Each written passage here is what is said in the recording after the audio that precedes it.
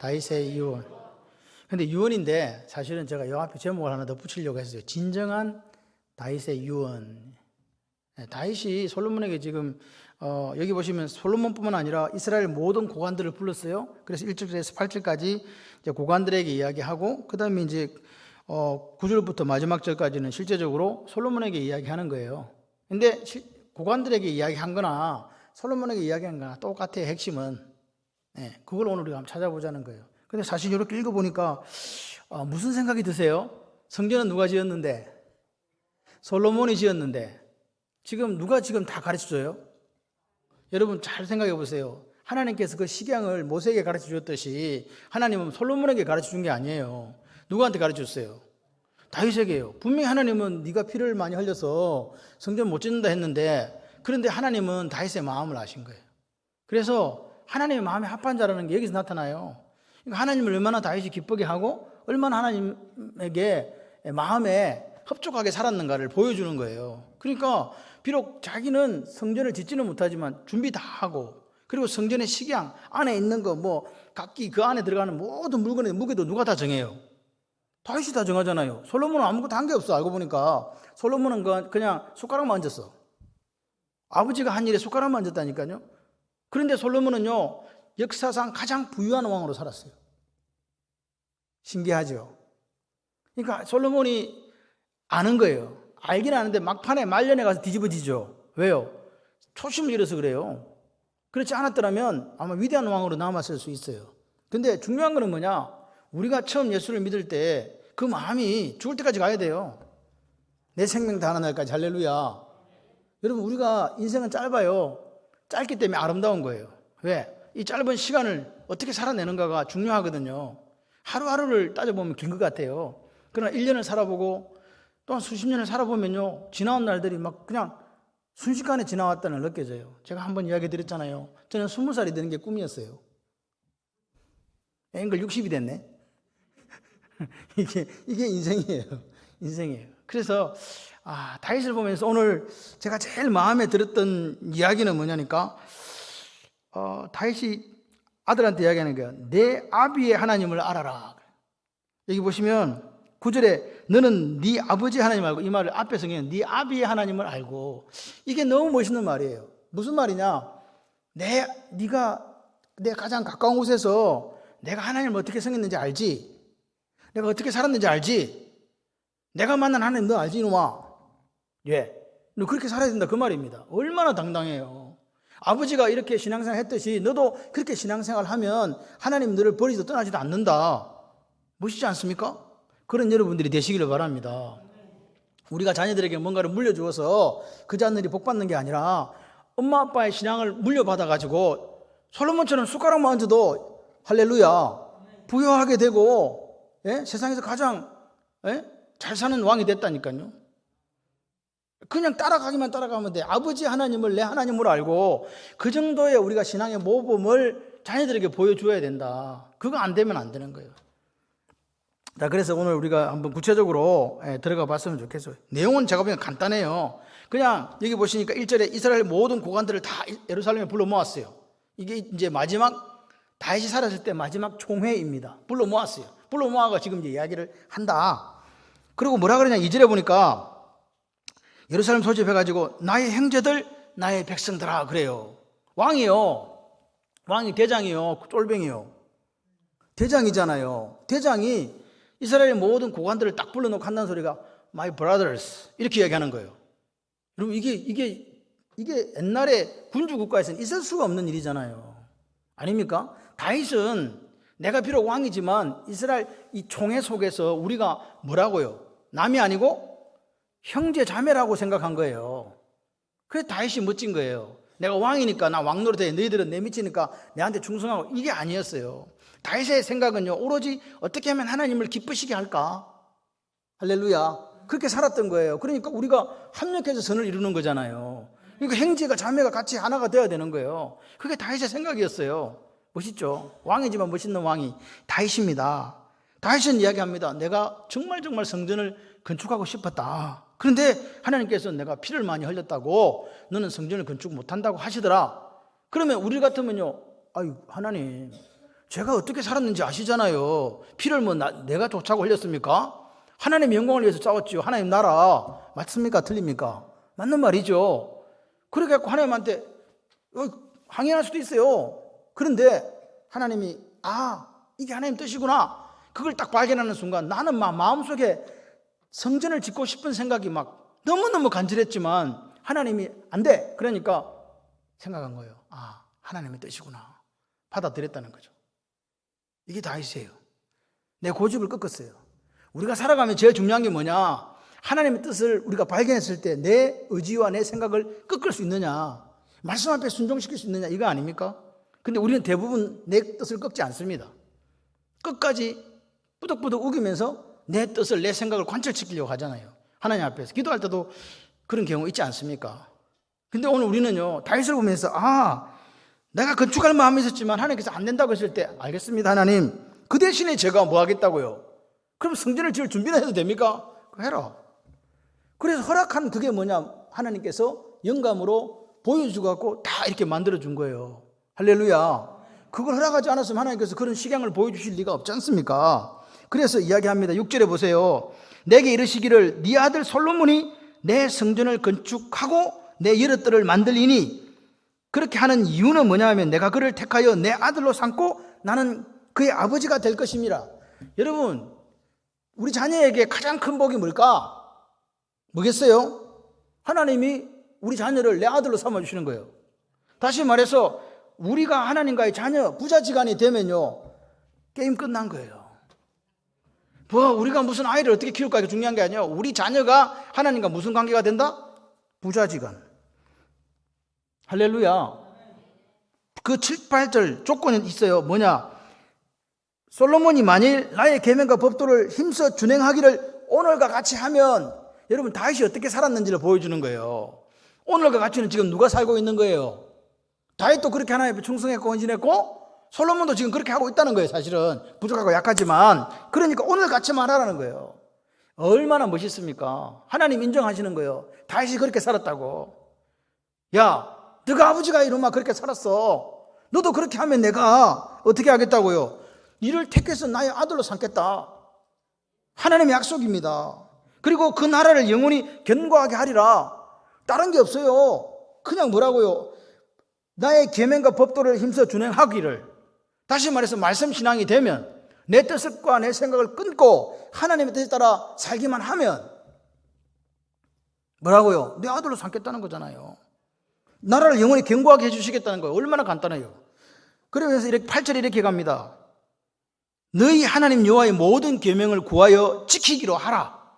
지금 다윗은요, 다른 거 이야기, 나라가 부강하려면 군대를 많이 둬야 된다, 어떻게 정치를 해야 된다, 이런 이야기 한마디도 안 합니다. 무슨 이야기 합니까?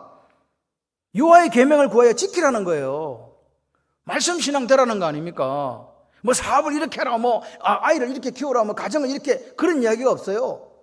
여호와의 모든 계명을 구해서 지켜라.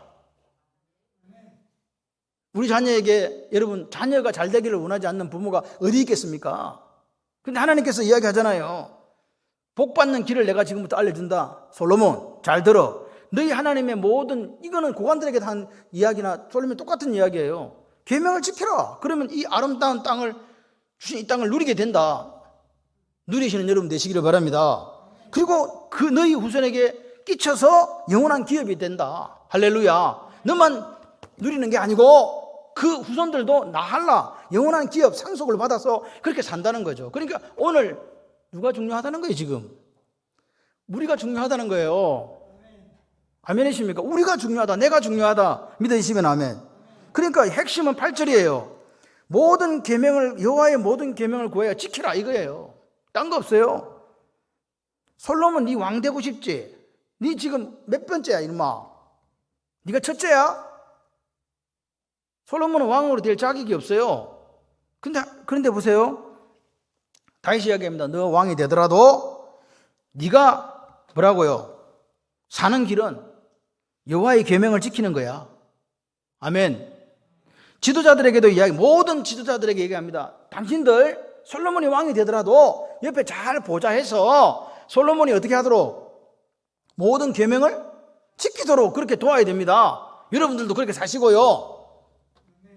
그러니까 다윗은요, 지금 그 이스라엘 총회를 열어가지고 고관 대작을 다 불러놓고 정치적인 이야기를 하는 게 아니에요. 자기가 인생 동안 평생을 70평생을 살아오면서 하나님 앞에 내가 어떻게 살았는가를 보여주는 거라니까요. 그러면서 얘기하잖아요. 여호와의 계명을 지키는 게 내 삶의 원리고 내 신앙생활의 원리라는 거 여러분 아시죠? 그렇게 여러분도 살아주시기를 바라요. 그럼 옆에 있는 그 약한 솔로몬을 도와서 하나님이 원하시는 나라 만들어주기를 원해요. 할렐루야. 그렇게 이야기한 거란 말입니다. 다윗은요, 미련해요. 고지식해요. 오직 뭐만 이야기해요. 지금 하나님 말씀만이 삶의 원리다. 만약 이 밤에 우리가 하나님 말씀만이 우리 삶의 원리지, 나는 세상 정신, 세상이 원하는 그거 아니라 하나님 말씀만을 지키고 살아가겠다 라는 결단이 있으면요, 하나님 그때부터 우리 가정을 주목하고 우리 인생을 주목하고 우리 교회를 주목해요. 다윗이 그렇게 살았다니까요. 하나님 계명과 법도를 지키는 게 그게 살 길이다. 그것 믿고 이때까지 온 거예요. 다윗이 무슨 통일 왕국을 만들 만한 능력이 있었다고 그렇게 성경이 이야기하는 게 아니라 다윗은 알아요. 이세 집에 아까 이야기했잖아요. 유다 가문을 택하고 유다 가문이 이세 가문을 택하고 이세 가문 중에서 나를 택했다. 이세 집에서 몇 번째였어요? 막내 8번째. 아들이 일곱 명이 앞에 자라락 하고 그 다음에 마지막에 다윗이 있었다니까요. 그런 다윗이 자기가 왕이 되고 통일왕국을 이뤘다. 그리고 40년 동안 통치했다. 이것은 누구 은혜다? 그 밑바탕에 뭐가 있었냐? 내 삶의 원리는 말씀에 대한 순종이었다는 거예요. 오늘 우리가 하나님 앞에 잘 사는 길이 뭐냐? 같이 해봐요. 말씀에 대한 순종. 여러분 그거밖에 없어요. 돈을 얼마나 많이 벌었나요? 그런 거 지금 이야기하는 게 아닙니다. 자, 그리고 보십시오. 다윗이 6절을 보면 어떻게 자녀를 양육해야 되는지를 보여줘요. 보세요. 네 아들 솔로몬이 내 성전을 건축하고 내 여럿들을 만들리라. 이는 내가 그를 택하여 내 아들로 삼고 나는 그의 아버지가 될 것임이라. 하나님께서 이야기하시는 건 나는 솔로몬의 아버지가 될 거야. 솔로몬은 내 아들이 될 거야. 다윗이 살았던 것에 대한 하나님께서 반응으로 지금 주시는 거예요. 아멘이십니까? 솔로몬의 아들이 된다는 거예요. 부자지간이 됐다는 거예요. 여러분이 하나님 앞에 말씀의 원리를 지키고 살아서 하나님이 이야기하시는 거예요. 고맙다. 아들아, 딸아, 이렇게 하시면서 내가 네 아들을 내 아들로 삼겠다. 나는 네 아들의 하나님이 되겠다. 이게 어떤 말인지 아십니까? 여러분 축복을 받고 싶습니까? 그럼 이 축복을 받으시기를 바랍니다. 여러분 아버지는요, 이 아버지라는 말은 양육하고 후원한다는 뜻이잖아요. 보호자라는 뜻이잖아요. 지금도 능력이 있는 아버지를 둔 자녀는요, 살기가 편해요. 그렇지 않습니까? 왜냐하면 불편한 게 없으니까요. 그런데 하나님이 솔로몬을 아들로 삼겠다. 이 말은 복 중에 복이라 이 말입니다. 왜냐하면 하나님이 가장 능력 있는 분이기 때문에 그래요. 아무리 육신의 아버지가 부유해도 그 아버지는 한계가 있는데 하나님 아버지는 한계가 없어요. 같이 해봐요. 전능하신 하나님. 그 전능하신 하나님, 천지를 창조하신 하나님을 육신의 아버지 나는 제한이 있지만 그 아버지는 제한이 없는데 그 아버지가 오늘 말씀하시는 거예요. 솔로몬을 내 아들로 삼겠다고. 나는 솔로몬의 아버지가 되겠다고. 왜 솔로몬이 역대 왕 중에 가장 축복을 누린 왕으로 기록되었냐? 그 이유는 하나밖에 없어요. 하나님께서 누가 아버지가 돼가지고 솔로몬 아버지가 되셔가지고 솔로몬을 도왔기 때문에 그렇지.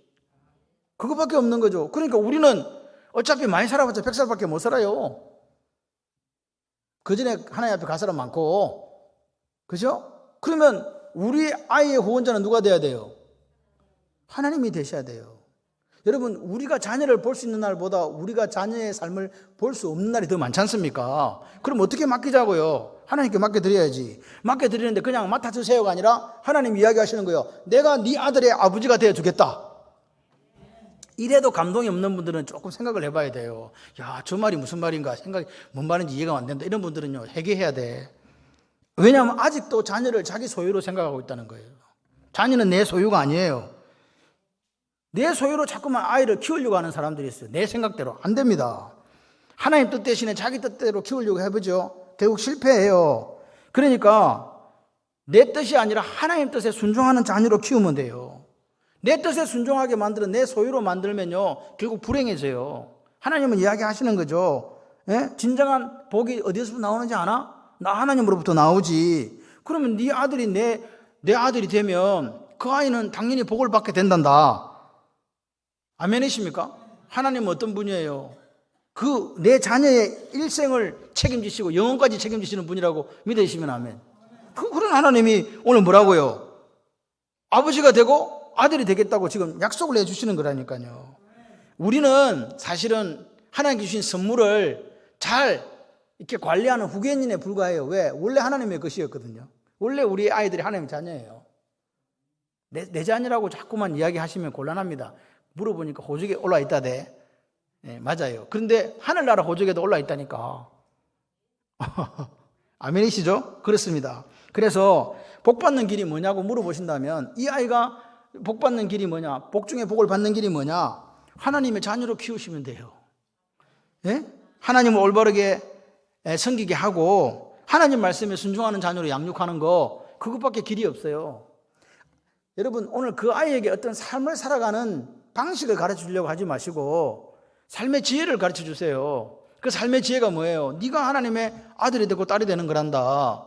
그 하나님의 딸이 되고 아들이 되는 그 결정적인 게 뭐냐? 말씀 신앙이다. 그거 하나 가르쳐 줘가지고 그게 아이가 어려서부터 이걸 배웠다는 거죠. 새겼다는 거죠. 어렸을 때부터 부지런히 가르쳤더니 집에 앉아있든지 길을 갈 때든지 누웠을 때든지 일어날 때든지 말씀을 가르쳤더니 그 말씀을 순종하는 하나님 자녀가 되어버린 거예요. 할렐루야. 역사가 일어납니다. 그걸 다윗은 아는 거예요. 형통한 삶의 비결이 바로 이거야. 아멘이십니까? 군대를 여러분 2만 4천 명밖에 없었다니까. 그 통일 이스라엘을 지켰던 그 군대가 말입니다. 2만 4천 명 갖고 쫙 유프라테스 강부터 시작해서 지금 시리아의 다메섹 훨씬 위에, 예? 그 위에까지 지금 올라간 거예요. 그리고 밑에 애굽의 하수까지 내려갔단 말입니다. 그 넓은 데를 누가 지켜요 도대체? 2만 4천 명이요? 우리나라 공무원이 몇 명인데요? 한번 생각을 해보세요. 그러니까 여러분, 오늘 2만 4천 명이라는 것은 숫자도 아닙니다. 그런데도 하나님이 지켜주신 거예요.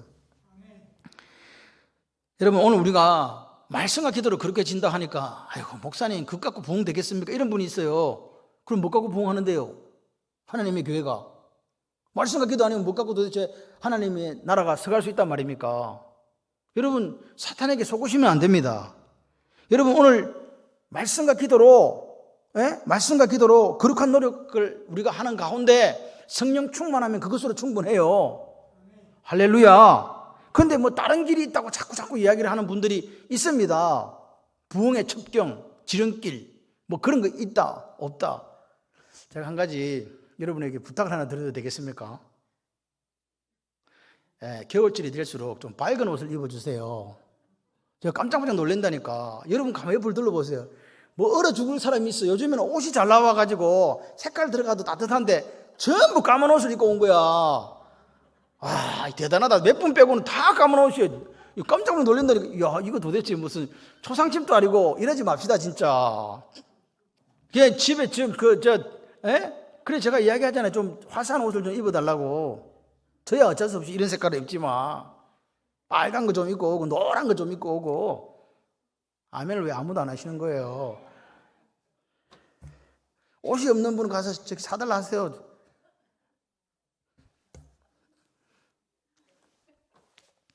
죄송합니다.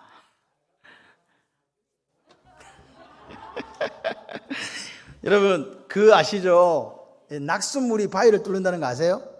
그 낙숫물이 조그마한 물이잖아요. 근데 그게 바위를 뚫어요. 어떻게 뚫냐고? 계속 떨어지니까. 여러분, 부흥의 첩경은 없습니다. 아이들이 또 말씀의 사람이 되는 첩경도 없습니다. 그냥 낙숫물이 똑딱 떨어지듯이 그냥 그렇게 하는 거예요. 아멘이세요? 우리 아이가 하루아침에 그런 사람이 됐어요. 그런 거 없어요. 그냥 부지런히 밥 먹을 때마다, 앉았을 때마다, 누울 때, 밤에 잘 때도 이야기해주고, 일어날 때도 이야기해주고, 어디 갈 때도 기도할 때 말씀으로 기도해 주시고, 그런 말씀의 사람이 되는 거예요. 제가 에스더를 그 학교에 보내놓고 제일 기쁜 게 이거예요. 저보다 더 큐티 실력은 나아요. 이해되십니까? 지금 20살밖에 안 되잖아요. 근데 큐티 실력이요. 야, 저 정도로 할 수 있나? 삶은 잘 안 따라와. 아직까지는 삶이 잘 안 따라오는데요. 정확하게 말을, 표현을 정확하게 해요. 그러니까 우리 때는 우리 그만할 때 뭐 하나님의 뜻을 따라 산다 이런 이야기 안 하거든요. 근데 저는요, 요즘에 기도하면서요, 하나님 뜻을 구해요. 이렇게 이야기하는 거예요. 얼마나 되긴 해요. 안 되긴 하세요? 하나님 뜻을 구한다니까? 삶은 조금 모질해도 입술이요, 벌써 이 말씀의 사람이 됐네. 저를 가르치려고 한다니까요. 제가 누군데? 목사를 가르치는 목사집에 딸이 있다니까요. 몇 살 안 먹은 게. 그래서 제가, 신기하다. 그래서 제가 그 학교에 보낸 것 중에서 제일 잘한 게 그거예요. 거기는요, 항상 말씀을 큐티를 해요. 그리고 자기들끼리 모여가지고 또 이걸 해요. 그러니까 토요일마다인가 언젠가 또 계속 예배 드리지? 그래가지고 애들이요, 야, 네 학교에 그러면 다 예수 믿는 사람들만 오냐? 그랬더니 아니래요. 안 믿는 애도 온대요. 그럼 걔는 어떻게? 졸업할 때는 다 믿어. 졸업할 때는 다 믿어 그러더라고요. 올 때는 다 불교고 뭐 다 이렇게 왔는데 같이 생활하면서 낙수물이 떨어져가지고 바위를 뚫는다니까요. 그 아이들이 그냥 자연스럽게 예수를 받아들이는 거예요. 우리도 마찬가지로 그렇게 하면 돼요. 시간이 걸려도 상관없습니다. 계속해서 갑니다. 이 노력이 하나님의 은혜로 언젠가 풍성한 열매를 맺은 날 온다. 그런 마음을 가지고 기도하시면 돼요. 좁은 문으로 들어가라. 멸망으로 인도하는 문은 크고 그 길이 넓어 그리로 들어가는 자가 많고 생명으로 인도하는 문은 좁고 길이 협착하여 찾는 이가 적다. 이 좁고라는 말이 영어로 내려오고 협착하다는 말은, 협착이라는 말이 무슨 말이냐, difficult로 나와요. 그러니까 그 가는 길이 좁기도 하지만 너무 어렵다는 거예요. 그냥 안 가고 싶어. 이왕이면 어디로 가고 싶어요? 좀 편하고 넓고 좀 쉬운 길로 가고 싶은 게 우리 마음이지 않습니까? 근데 하나님의 뜻은 뭐예요? 좁지만, 그리고 어렵지만 그 길로 가달라는 거 아닙니까? 그러니까 가는 거잖아요. 우리의 뜻 같으면 저쪽으로 가야 되겠다, 넓은 데로, 이렇게 생각되지만 하나님의 뜻이 그거니까 비록 힘들고 좁고 어렵고 난간에 부딪히고 가기도 전진하기도 힘들지만 가는 거라니까요. 같이 해봐요. 낙숫물이 바위를 뚫는다. 그게 가는 거예요. 할렐루야. 우리가 살아가는 날 동안 이 전쟁을 해요. 내 뜻으로 할까? 하나님 뜻으로 할까? 항상 이 전쟁이잖아요. 한번 하루를 생각해 보세요. 하나님 뜻을 따라갈까? 내 뜻을 따라갈까? 하나님 생각을 따라갈까? 내 생각을 따라갈까? 여러분 기억하십시오. 노아가 방주를 120년 동안 지을 때 사람들이 얼마나 손가락질 했습니까? 바보 천치 저거. 그러면 사람들은 뭐 했습니까? 그때 사람들의 모습이 이렇게 얘기했어요. 먹고 마시고 장가들고 시집가고 있었다. 이게 무슨 말입니까? 세상 낙을 쫓았다는 거잖아요. 세상이 원하는 것들을 찾아서 했다는 겁니다. 니나노하며 놀았다는 겁니다. 그런데 그 어찌 됐냐? 멸망당하기까지 깨닫지도 못하더라 그 말이에요. 이게 세상 사람들의 문제예요. 그러니까 멸망당한 사람들의 특징은 세상 정신을 탐한 사람들이에요. 만약에 여러분 우리가 하나님을 믿었지 않았습니까? 그런데 우리가 생각이 세상 사람들과 똑같아. 그러면 우리는 결국 어떻게 된다고요? 여러분 심각합니다. 이거 멸망당한다는 이야기입니다. 우리는 거룩한 사람들이잖아요. 구별되었지 않습니까? 그러면 구별되었으면 하나님 뜻에 따라 구별되시기를 바라요. 끝까지. 여러분 언젠가 내가 잘했습니다가 아니라 과거에도 내가 잘했고 지금도 하나님 뜻에 따라 살고 앞으로 죽을 때까지 하나님 뜻에 따라 산다. 할렐루야. 좁고 길이 협착하지만 찾는 이가 적지만 나는 이 길을 걸어가. 그러면 우리는요 반드시 다시 오실 그 주님을 만나요. 주님 다시 오셔서 어떻게 합니까? 예루살렘 새하늘과 새 땅 새 예루살렘. 계시록 21장 이렇게 얘기합니다. 그 눈물을 그 눈에서 닦아주시고 그들과 함께 계신다. 할렐루야. 오늘 우리가 힘들고 어려워 좁고 협착한 길을 걸어가다 보니까 예수 믿다가 당하는 고난, 시험, 아픔, 눈물들 다 주님 새하늘과 새 땅에서 새 예루살렘에서 닦아주신다. 아멘이십니까? 보상해 준다 그 말입니다. 우리가 하나님께 흘린 눈물, 우리가 하나님께 드린 땀, 우리가 하나님께 드린 희생과 헌신 하나도 헛되지 않다. 주님이 이렇게 말씀하시면 좋겠어요. 잘했다 착하고 충성된 종아, 네가 적은 일에 충성하였으면 내가 많은 것을 내게 맡기리니 주인의 즐거움에 참여할지어다. 할렐루야. 근데 그런 말을 안 듣고 제가 목사를 했는데, 양 목사 너는 무익한 종이니까 바깥 어두운 데로 내 쫓기서 그게 설표면 이를 갈아라. 좋겠어요 안 좋겠어요? 그렇게 싶어요? 그렇게 하시고 싶으세요? 바깥 어두운 데 쫓겨가지고 그게 설피운다? 그게 우리가 예수를 평생 믿은 결과다? 얼마나 불행한 겁니까? 저는 저와 여러분들이 착하고 충성종이라는 말씀 듣기를 원해요. 네가 적은 일에 충성해 내가 많은 것을 맡기겠다고 말씀하시는 그 하나님의 음성이 들리기를 원해요. 그리고 주인의 즐거움이라는 것, 천국은 즐겁다는 거예요. 천국은 잔치하는 나라예요. 잔치. 잔치는 항상 좋아. 왜? 잔치는 뭐가 풍성하기 때문에? 먹을 게 풍성하니까 배부르고 얼마나 좋아. 말씀 준행의 삶은요, 여러분 우리가 구약과 신약을 좀 구분해 봐야 돼요. 구약 시대는요, 말씀 준행의 삶이 이게 하나밖에 없었어요. 지금처럼 요즘처럼 다른 거 필요 없어. 방언하냐 이런 거 없었거든. 신유언사 이런 것도 없었어. 구약 시대는 오로지 하나님이 요구하는 건 하나밖에 없어요. 다윗도 알고 모세도 알았던 거예요. 말씀 준행.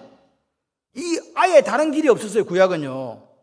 여러분 기억하셔야 돼요. 오순절 다락방의 역사로 신유의 연사, 방언의 연사 여러 가지들이 나타나가지고 막 말씀과 기도 외에 딴 거 있다라고 생각하는 사람이 나왔지만 구약 시대에는요, 하나님 말씀을 지키지 않는 이것밖에 없었어요. 그게 리트머스 시험지였어. 그거 하나밖에 없었다니까. 신약 시대는요, 오니까 사람들이요, 머리가 너무 좋아져가지고 말씀이 자꾸 어렵다고 그래요. 어렵기는 뭐가 어려워? 어려운 게 아니고 내가 그 하나님 말씀에 순종하면 손해볼 것 같고 내게 이익이 안 될 것 같으니까 안 하는 거지. 어려운 게 아닙니다. 솔직하게 우리가 고백해 봐야 돼요. 우리의 살 길은 말씀밖에 없다. 아멘. 저는요, 목회를 우리 여기서 12년째 지금 하고 있지만 저는 말씀과 기도로 그냥 왔어요. 오늘 아침도 우째 하다 보니까 기도하고 말씀 보다 보니까 8시 반이 된 거예요. 큰일 났어. 나 수요일날 그렇게 하면 안 되거든. 왜냐하면 10시 반에 또 뭐 해야 되는데 1시간 반 동안 서서 그거 해야 되거든요. 밤에 또 뭐 해야 돼요? 또 말씀을 전해야 되거든요. 잘못하면 죽을 수도 있어. 그래서 이거 빨리 가야 되는데 7시 반 정도에 내려가야 되는데 못 내려간 거야. 불쌍하지? 근데 기도하다 보니까 시간이 그렇게 가버렸어요. 그냥 말씀 보고 기도하다 보니까 어떻게 방법이 없지. 그래서 지금 정신이 좀 몽롱해요. 솔직히. 그런데 저는 말씀 전할 때는요, 행복해요. 그래서 죽는지 사는지 몰라. 말씀이 행복해서 죽는지 사는지 모르는 여러분 되시기를 주님의 이름으로 축원합니다. 그러니까 다른 은사들이 이렇게 신약시대에 주어졌잖아요. 이거는요, 어디로 인도하기 위한 방편이다? 말씀의 삶으로 인도하기 위한 방편이지 그게 전부가 아니라고요. 물론 신유의 연사나 방언의 연사 이런 것들이 있으면 좋지. 저는요, 어떤 주의냐니까 이왕이면 다홍치마요. 말씀도 풍성하고 신유의 연사도 팍팍 나타나고 방언도 터지고. 안 하는 분들은 별로 관심이 없는가 봐. 그래요. 없는 것보다 있는 게 좋아. 그런데 본질은 뭐냐? 말씀이다.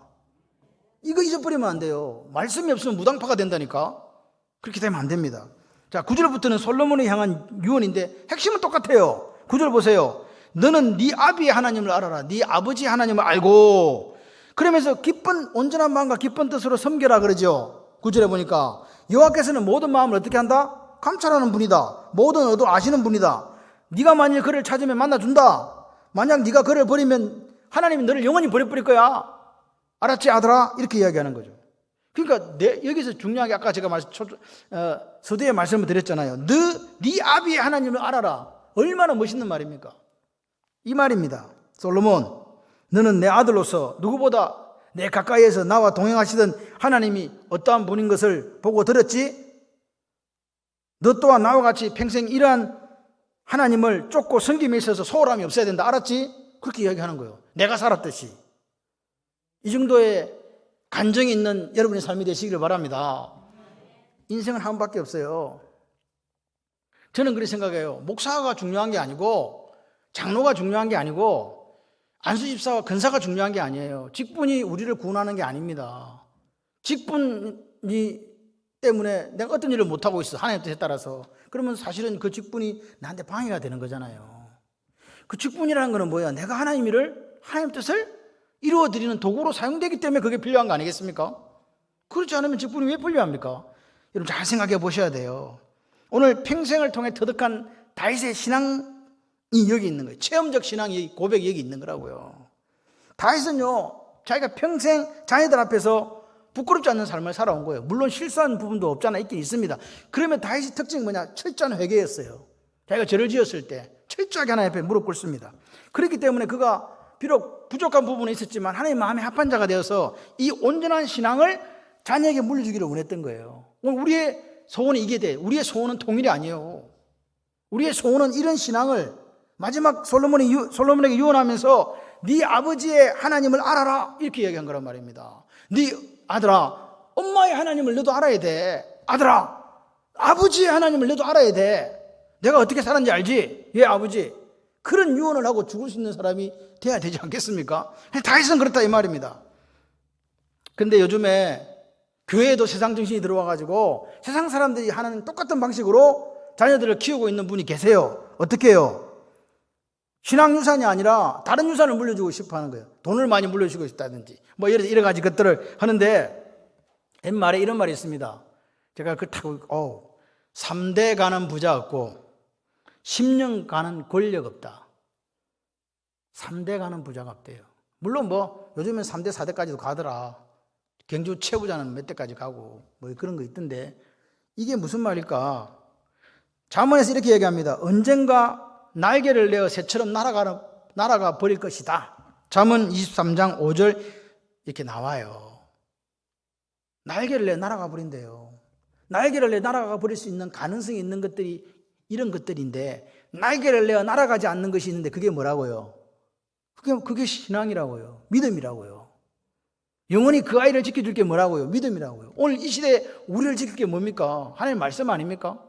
하나님 말씀과 기도로 그렇게 진단 말은 하나님 말씀과 기도로 우리가 세상에 구별되어져서 하나님께 지키시는 삶을 복된 삶을 산다는 이야기 아니겠습니까? 인정하시면 아멘. 그러니까 우리는 자녀들에게 보십시오. 잠언 22장 4절에 중요한 말이 있습니다. 요거 제가 작은 아들한테 카톡으로 보내주려고 제가 지금 찾은 거예요. 뭐냐? 겸손과 여호와를 경외함의 보답은 대가는 재물과 영광과 생명이라. 재물, 영광, 생명이 어디 있다고요? 여호와를 경외하는 것이에요. 성경은 정확하게 이야기합니다. 그러니까 우리 아이에게 돈을 벌어주는 방법을 가르쳐주는 게 아니라 여호와 경외하는 방법을 가르쳐주면 하나님께서 그 아이에게 뭘 준다고요? 생명도 주시고 재물도 주시고 영광도 주신다. 할렐루야. 그러니까 바른 신앙 물려주려고 몸부림치는 부모가 되시면 돼요. 그거 뭐 딴 거 자꾸 세상 눈을 이렇게 돌아가게 돼 있거든요. 돌아가지 말자. 하나님의 말씀을 부지런히 가르치고 그 아이들이 일찍부터 바른 신앙 속에 살아가지고 커서 어떻게 하라고요? 나라와 민족과 국가를 위해서 큰 일을 감당할 수 있는 아이들이 되도록 그렇게 만들어주는 길은 뭐냐? 아름다운 신앙의 본을 보여주시는 거예요. 그리고 10절에 보니까 솔로몬에게 이렇게 부탁합니다. 그런즉 이제 너는 삼갈지어다. 말씀 앞에서 네 삶을 삼가하는 게 하나님의 축복을 누리는 유일한 길이라고 다시 솔로몬에게 이야기하는 거예요. 똑같은 말을 계속 반복해요. 고관들에게도 그렇게 하고 다시 솔로몬에게도 그렇게 이야기하면서 뭘 넘겨주냐? 이제 성전 건축의 설계도를 넘겨줍니다. 이게 누가 원래 갖고 있었는데?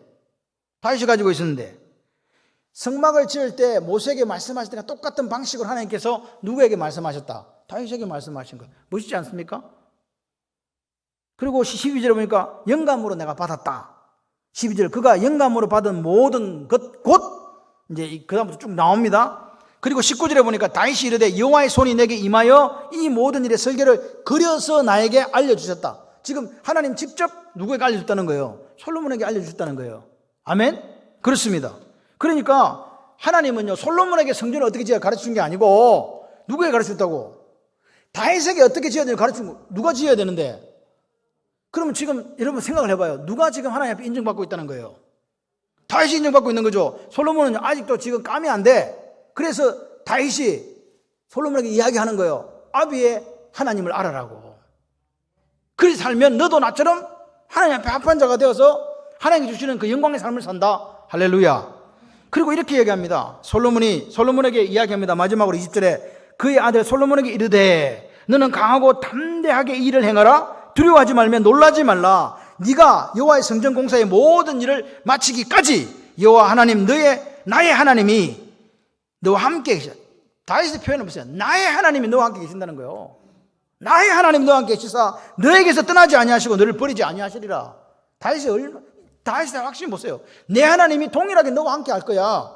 너는 강하고 담대하라. 이 말은 지금 솔로몬이요 제가 볼 때 감이 안 된다는 거예요. 제목이 안 된다는 거예요. 실제 아버지가 볼 때 자신도 솔로몬도 내가 부족하다고 느꼈고 아버지가 볼 때도 얘는 좀 부족해. 그런데 하나님께서 뭐하라 했기 때문에 얘를 왕으로 삼으라 했기 때문에 삼는 거란 말입니다. 그래서 뭐라고요? 강하고 담대하라고. 마치 여호수아가 모세가 죽고 난 뒤에 이 민족을 어떻게 일구고 내가 그 위대한 영도자가 죽었는데 어떻게 하지? 그렇게 했을 때 하나님 여호수아 1장이 뭐랍니까? 강하고 담대하라. 내가 모세와 함께 있었던 것 같이 너와 함께 있겠다. 그러니까 모세는 항상 하나님과 함께하는 삶이었다는 거예요. 여기 다윗도 보세요. 강하고 담대하라고. 나의 하나님이 너와 함께 계실 거야. 나와 함께 계셨던 것처럼. 멋있지 않습니까? 우리 아이들에게 얘기하는 거야. 나의 하나님이 사랑하는 아들과 너와 함께 계실 거야. 걱정하지 마. 두려워하지 마. 세상이 아무리 악하고 험난해도 이긴다. 하나님 너와 함께 계신다. 떠나지 않는다. 버리지 않는다. 아멘 안 하니까 목이 제가 지금 막히잖아요. 빨리빨리 아멘을 해야 되는데. 그러니까 솔로몬이 왕이 되고 나서 제일 먼저 뭐 했어요? 솔로몬이요, 자기가 부족한 거 아니까요. 1,000번째 드렸잖아요. 하고 제일 먼저 기본에 올라가가지고, 하나님 아버지, 제가 어떻게 다스립니까? 제게 듣는 마음을 주셔요. 지혜를 주세요. 그렇게 구했던 거예요. 여기서 우리가 한번 생각해 볼 게 뭐냐니까, 다윗이 솔로몬을 왕으로 지금 아직 세우진 않은 증거했거든요. 솔로몬을 왕으로 세우겠다. 이렇게. 서열상으로는 자격이 있다 없다? 안 됩니다. 네. 그런데 하나님의 뜻에 따라 자기 왕으로 다윗이 지명했다는 거예요. 그 뒷날 아도니아가 반역하잖아요. 형인데 내가 왕 돼야 되는데 우리 아버지가 늙어 노망이 들어가지고 그냥 저 솔로몬을 갖다 왕 시켰다고. 그래가지고 아도니아가 솔로몬을 살려줬는데 왜 죽었어요? 수냄 여자 아비삭을 아내로 둘라 했거든요. 수냄 여자 아비삭이 누구냐? 다윗이 나이가 들어가고 너무 추워가지고 그 시집온 여자가 있거든. 있어.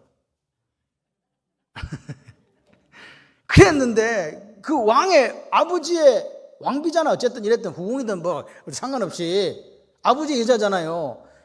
고대에서 아버지의 여자를 돌라는 말은 왕권을 달라는 거와 똑같은 거예요. 그러니까 솔로몬이 듣고 정리해라 그래 죽었잖아요. 그리고 그를 돕던 요압도 죽게 됩니다. 그렇게 해서 죽게 됩니다. 그런데 보세요. 왜 왕으로 솔로몬을 지목했냐 이 말이에요. 여기서 다윗의 이 믿음이 나오는 거예요. 내 생각에는 좀 더 똑똑한 놈이 있는데 하나님이 누굴 지명한 거예요 지금? 솔로몬. 그러니까 지금요 다윗은 끝까지 하나님 말씀을 듣고 순종했다는 거예요. 이게 오늘 다윗이 우리에게 보여주는 삶의 모습입니다. 우리가 그냥 그렇게 살았으면 좋겠어요. 하나님 나라 일은요, 뭘 정확하게 보여주냐? 개인의 능력이 아니라는 거예요. 능력으로 솔로몬이 왕이 된 게 아니란 말입니다. 그건 무슨 말이냐? 하나님의 은혜로 산다는 거예요. 하나님의 은혜로 모든 일을 이루어 간다는 거죠. 그 은혜를 날마다 누리는 방법은 우리의 삶의 원리가 말씀밖에 없다는 거. 그거 지금 이야기해 주는 거 아닙니까? 아비의 하나님을 알아라. 나는 이렇게 살았다. 내 뜻이 아니라 하나님 뜻을 따라 살았거든. 말씀을 따라. 너도 그렇게 살면 된다. 그러면 하나님이 너를 떠나지도 않고 버리지도 않으니까 걱정하지 마라. 아버지 봤지? 그 찬양했잖아요. 은혜 없이는 살아갈 수 없네. 네, 은혜 없이는 살아갈 수 없네. 다 사도 바울이 고백하잖아요. 나의 나 된 것이 하나님 은혜라. 오늘 우리가 여기 이 자리에 있는 거 하나님 은혜라고 믿어주시면 아멘.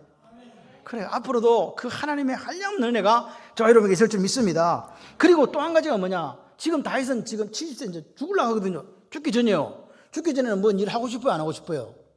안 그래도 지금 막 몸이 추워가지고 아비삭이 옆에서 몸을 데펴줘야 지금 몸이 지금 살아날까 말까 지금 오락가락하고 있는 상태라니까. 누가? 다윗이. 그런데 그런 상황에서 다윗은요, 내가 죽으면 어떻게 되지? 걱정된다, 공포스럽다 이런 거 없어요. 그리고 내가 성전 건축해야 되는데 하나님이 이거 하지 마라 그래가지고 어떻게 하지? 그런 집착 미련이 있었다 없었다?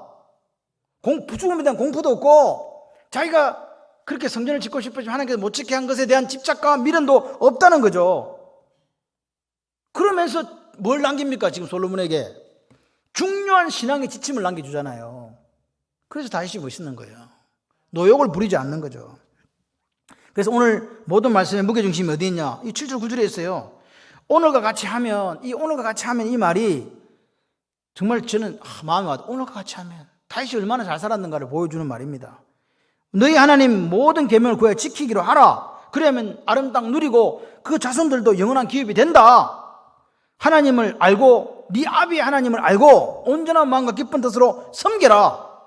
여호와는 모든 마음을 감찰하시는 분이야. 모든 의도를 아셔. 네가 만일 그를 찾으면 만날 것이다. 네가 만약 그를 버리면 그가 영원히 너를 버린다. 이게 핵심이에요. 그러니까 오늘 솔로몬에게 온전한 마음과 기쁜 뜻으로 어떻게? 기쁘게 하나님을 섬기라는 게 억지로 이게 아닙니다. 네가 왕이니까 뭐 어쩔 수 없어서 행식적으로 하나님을 섬기라 이 말 아니지 않습니까? 온전한 믿음과 기쁨으로 하나님을 섬기는 삶을 살 때 하나님 너를 떠나지 않고 영원히 함께 하신다. 아멘. 하나님은요, 지금 우리가 이렇게 생각해요. 하나님 눈에 안 보이는데 뭐. 지금 이 순간도 불꽃 같은 눈으로 온 땅을 감찰하시며 우리 마음을 주목하시고 우리의 심장과 폐부를 꿰뚫어 보시는 하나님을 아십니까? 예레미야 17장 10절에 이렇게 합니다. 나 여호와는 심장을 살피고 폐부를 시험하고 각각 그의 행위와 행실대로 보응하나니.